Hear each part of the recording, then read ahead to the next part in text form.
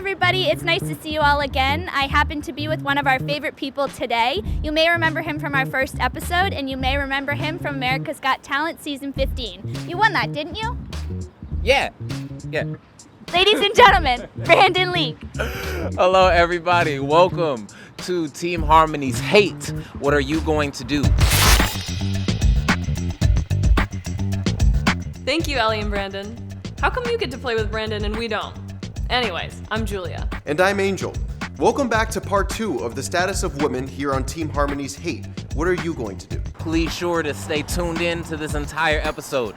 You're not going to want to miss what these phenomenal young people are bringing. For part 2, we'll be looking at stories from Jordan, Egypt, Pakistan, and Colorado here in the US. But first, let's head over to Jordan, where Rania highlights a campaign that tackles hate against women.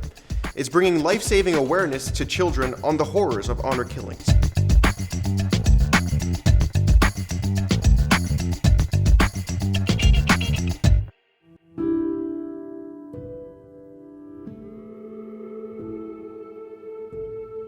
Jordan, a small country in the Middle East, celebrated for its culture, commitment to tradition and historical landmarks, is also home to one of the highest rates of honor killings in the world. July 28, 2020 headlines. Father smashes daughter's skull with a concrete block. 30-year-old Ahlam was brutally murdered by her own father after he discovered his daughter's involvement in an illegitimate relationship. Right after, he calmly sat beside her body, smoking a cigarette and drinking tea while waiting for the police to arrive. November 2019 headlines. Husband gouges out wife's eyes with his own hands. The crime took place right in front of her children, despite her plea to spare one eye so she would be able to see them. The motive? She dared to argue with her husband. Our campaign focuses on tackling hate against women in our local community. Honor crimes is a pressing issue in the Middle East. However, we were never invested in the injustice and root cause of this matter because of the fact that there wasn't enough awareness targeted towards young children. Thus, we were inspired to raise awareness against gender inequality in our local community. The past couple months, we went on a quest to discover what the local citizens think and feel about the role and treatment of women in the Jordanian society. Fortunately, we were able to interview a diverse group of people ranging from women's rights advocates, renowned journalists, teachers, friends, and family members. In this compilation video, you will be able to get an insight on how our community feels about the gender norms and gender inequality in Jordan. We need to break the taboo. I think that young Jordanian women have started breaking the taboos. There was a campaign, Speak Up, last year maybe, or the year before. We had already done a study, and the study showed that 89% of all those we interviewed had at least once in their lives experienced one form or another of sexual harassment. I think people who don't know the religion very well, maybe you can say, oh, because it is religious, that's why women are oppressed. But I think it's more a cultural construct than it is a religious construct.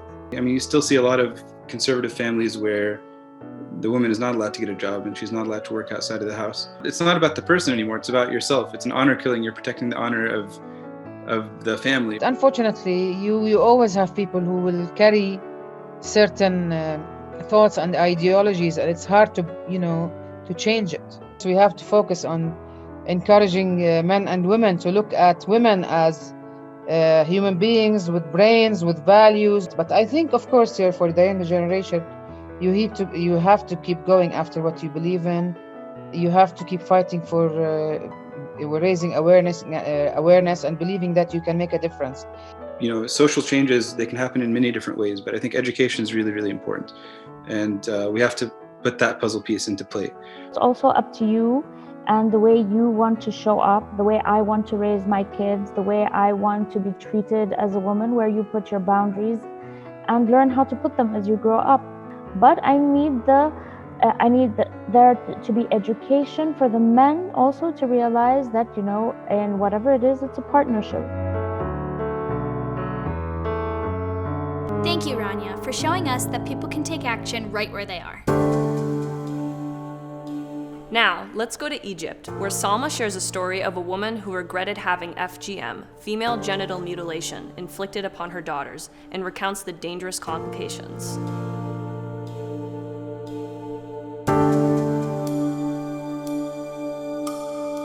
Hey everyone, this is Salma Abdurrahman, Team Harmony's reporter from Cairo, Egypt. And today we're gonna talk about one of the most serious problems facing girls from all over the world, which is FGM, or female genital mutilation. According to the World Health Organization, FGM is a partial or total removal of female genitalia without a medical necessity. Today, 200 million girls and women from all over the world have experienced FGM, and 3 million girls every year are becoming FGM victims. Reasons why people are doing so are variable. Some people are doing so because it's a social convention and people fear rejection. Some people are doing so because they think it has a religious support, although no religious script has prescribed such an action.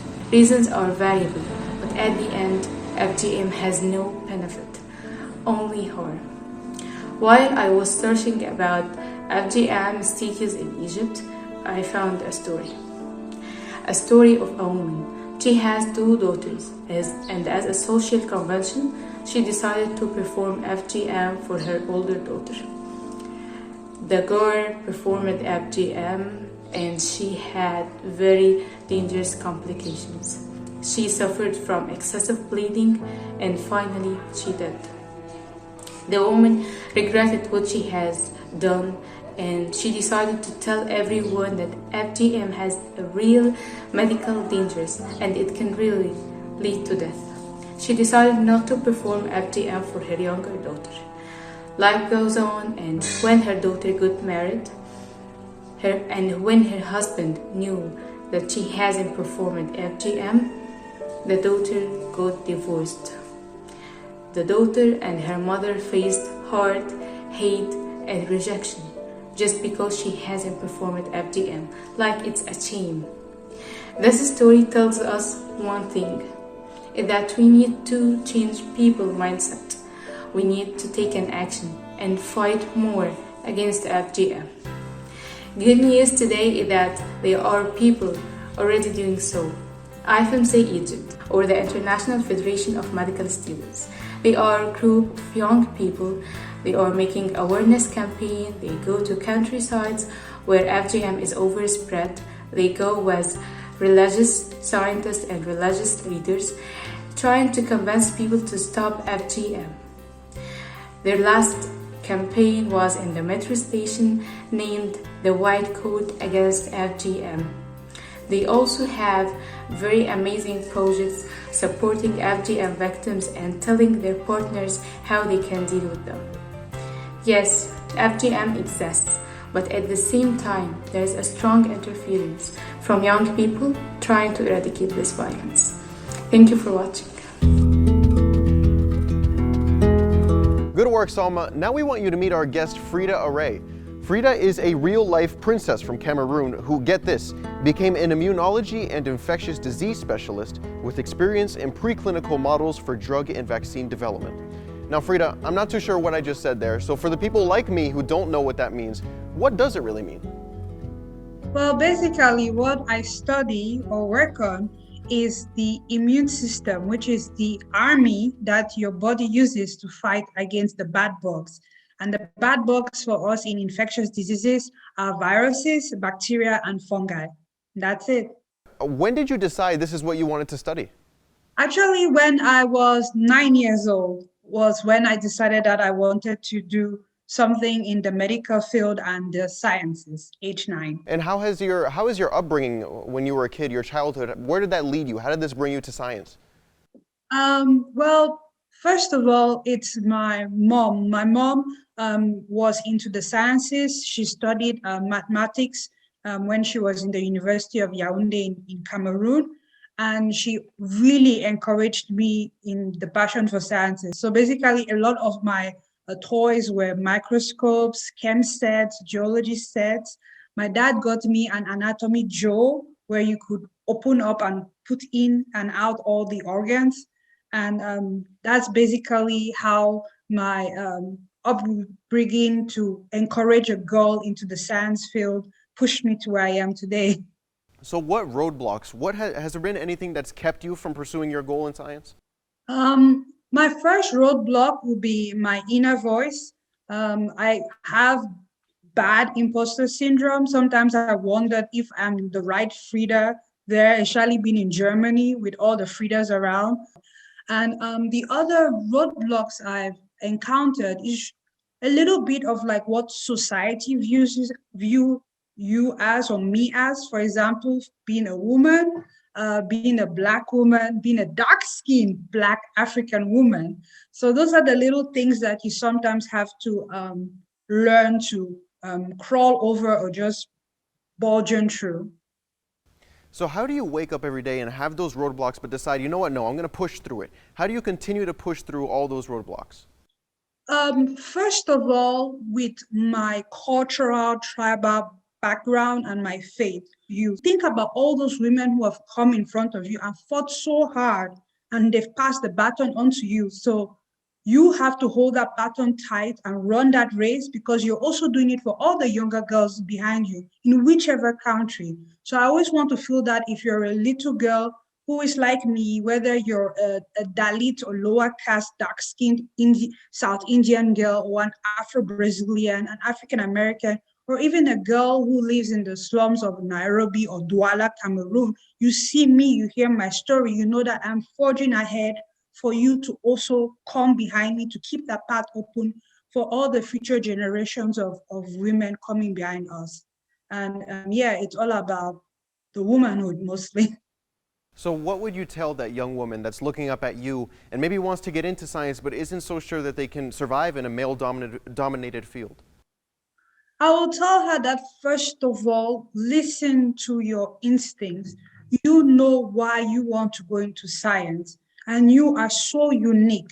So basically what you bring to science is something that no one else will bring. Second thing is look at all the people around you and your environment. There is someone who has that information that can help guide you. And now with the internet, it is much more easier. Just start cold emailing people like crazy. LinkedIn, Facebook, Instagram, any possible mentor you can find. Someone will bite.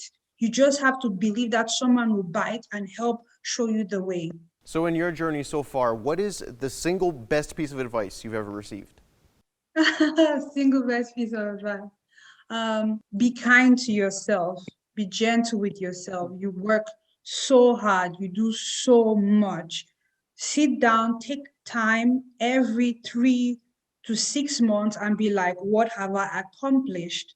And even if it doesn't look like a lot, it is a lot. So that's the thing. Be kind to yourself. Be patient with yourself. So that's the best advice I've been given lately. Perfect. Frida, thank you so much for joining us. That was awesome. You're welcome. Thank you for having me. Now let's go to Laiba in Pakistan, who explains the tradition of early and forced marriages. This act of social injustice hijacks the childhood of millions of girls under the age of 18.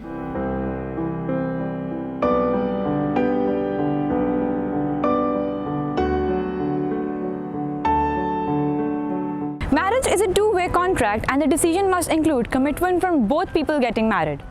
But in various parts of the world, there are millions of young girls who are married without their full consent and are confined to live in a patriarchal system.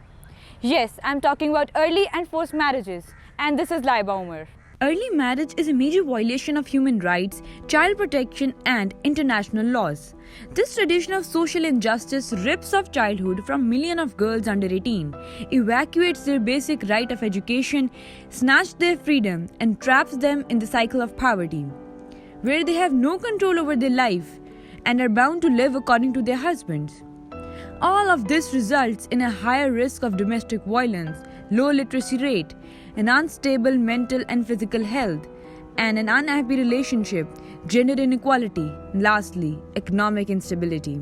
I was in my matriculation when my marriage was fixed, but I have to study and become a designer. How can I live my life with an unknown guy, 10 to 12 years older than me? How long could I see this happening to me? I wanted to take a step so that tomorrow it doesn't happen to someone else. So I spoke to my mother, but she was also extremely terrorized by my family. We were threatened with eviction. What's the point of a relationship that doesn't involve me and my will? I broke the chain so no one else suffered this injustice. Pakistan has the sixth highest number of child brides in the world, where 21% of them are married before they turn 18 and 3% are married even before 15. The problem gets worse when people don't even consider early or child marriage an issue, hence no consideration is given to age during legal paperwork.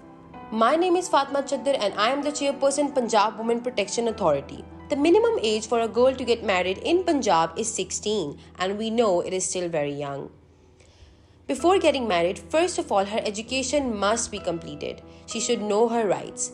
If she would know her rights, definitely she wouldn't tolerate violence against her. She will be independent and can earn her living. There are many skill development institutions and some industries that teach girls life earning skills and help them to be financially independent.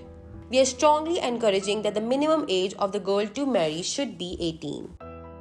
It is estimated that the end of child marriage in Pakistan can lead to a $6,229 million raise in earning and productivity. As an individual, we can take minimal steps to stop this bigotry, such as raise awareness about children and women rights in your community, educate families about sexual and mental health, help girls in getting education and support them in becoming financially independent. Last but not the least, and the most important one, demand your government for the law enforcement. It's not the time to stay silent anymore against hate and social injustice. Recognize your privilege and use it to stand for the oppressed, because together we can make it a better place for everyone. Nice job, Laiba. Thank you very much. Now, let's turn to Maya in Colorado, here in the US, for a more uplifting piece. She explains that although we have female engineers to thank for many inventions, women pursuing science, technology, engineering, and math fields still face a lot of discrimination.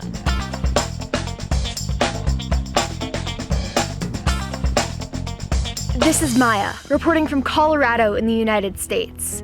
But without the camera lens I'm using to record this video, the Wi-Fi you're streaming it on, and the computer algorithm that gets it from my lips to your ears, I wouldn't be reporting at all. And for each of those inventions, we have female engineers to thank. But women pursuing science, technology, engineering, and math fields face a lot of discrimination. It goes all the way back to when I was in school and being discouraged, even as a senior in high school, wanting to pursue engineering and having one of my teachers pull me aside and say, you know, you really ought to think about something else. That's probably not for you. That is Wendy Merchant, a woman who is fighting the discrimination women face in STEM fields by educating youth.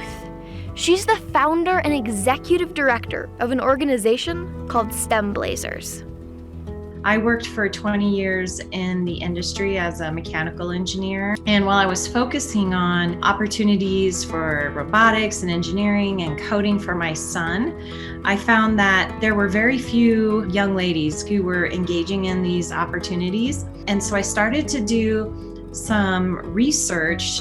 And basically when you got into, any kind of computer engineering, technology, coding, anything like that, the number of women choosing those careers and working in them were in the single digits. And so I felt very strongly that I needed to encourage the next generation of young women to pursue a career in STEM, especially engineering. And I'm very passionate about that.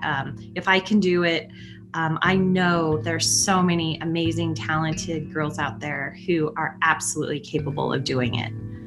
By providing hands-on learning opportunities, STEM Blazers is making STEM fields more accessible to women, and their work is changing lives. This young lady who was a senior, and then when I reached back out to her a year later, she said, because I was able to see and hear from somebody who you wouldn't think could make their way in the tech industry and Silicon Valley. And we had a very young speaker.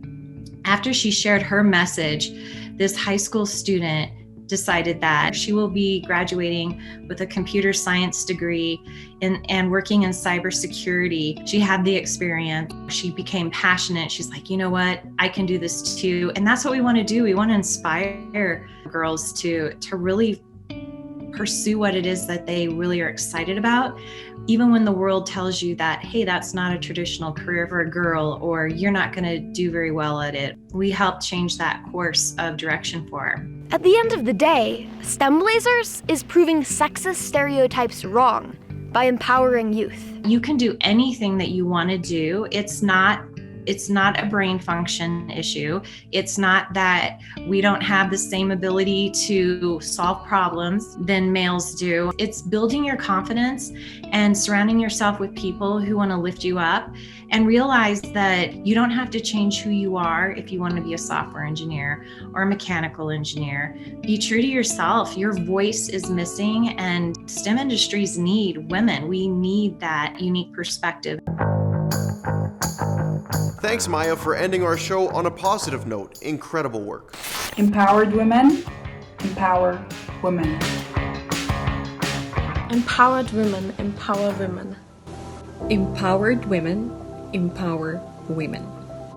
Opełnomocnienie żeńskie, opełnomocnienie żeńskie. Las mujeres empoderadas empoderan a otras mujeres. Empowered women, empower women. Empowered women, empower women. Empowered women, empower women. Empowered women, empower women. Empowered women, empower women. Remember, if you've missed any of our previous episodes, you can check them out at teamharmonyfoundation.org. Well, folks, that's all for Season 1 of Team Harmony's Hate, What Are You Going to Do? We've had so much fun making the show, but hope you've had a better time watching it. There's a lot of stuff coming up in the future, so please continue to check out our website, and we'll see you soon.